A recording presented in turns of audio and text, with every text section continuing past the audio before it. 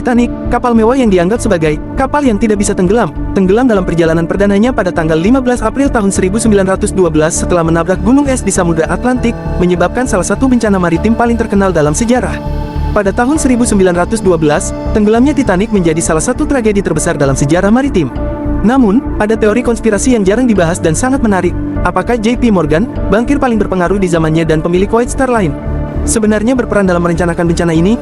Dalam video ini, kita akan menyelami teori kontroversial yang jarang dibahas. JP Morgan adalah salah satu orang terkaya dan paling berpengaruh di Amerika pada awal abad ke-20. Sebagai pemilik White Star Line, Morgan awalnya berencana ikut dalam pelayaran perdana Titanic. Namun, hanya beberapa hari sebelum keberangkatan, dia secara tiba-tiba membatalkan rencananya dengan alasan kesehatan.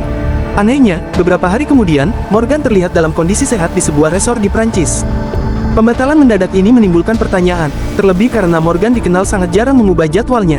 Apakah Morgan mengetahui sesuatu yang orang lain tidak tahu?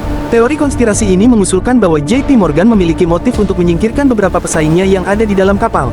Salah satu tokoh penting yang turut tenggelam bersama Titanic adalah John Jacob Astor IV, orang terkaya di kapal dan juga penentang kuat pembentukan Federal Reserve, sebuah bank sentral yang Morgan dan sekutunya dorong. Selain Astor, ada juga Isidor Straus, pemilik macis dan penentang kuat pengaruh Morgan dalam ekonomi AS. Teori ini menyebutkan bahwa tenggelamnya Titanic mungkin adalah cara Morgan untuk menghilangkan para pesaing politik dan bisnisnya, sehingga ia bisa mendapatkan kontrol lebih besar atas sistem perbankan Amerika.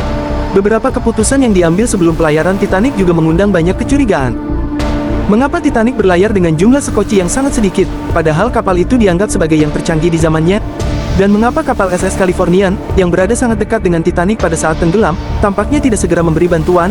Teori ini menyatakan bahwa Californian mungkin telah direncanakan untuk menyelamatkan orang-orang tertentu saja, tetapi rencana tersebut gagal karena waktu dan cuaca.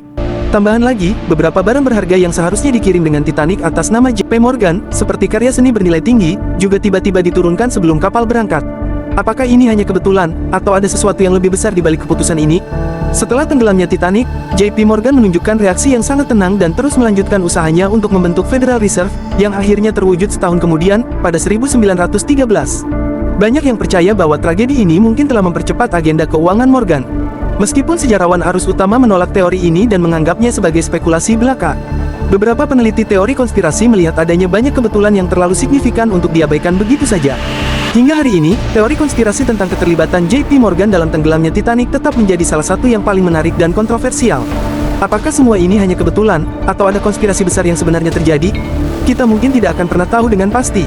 Jadi, bagaimana menurut Anda? Apakah JP Morgan benar-benar merencanakan tenggelamnya Titanic untuk kepentingan pribadinya? Atau semua ini hanya teori konspirasi tanpa dasar?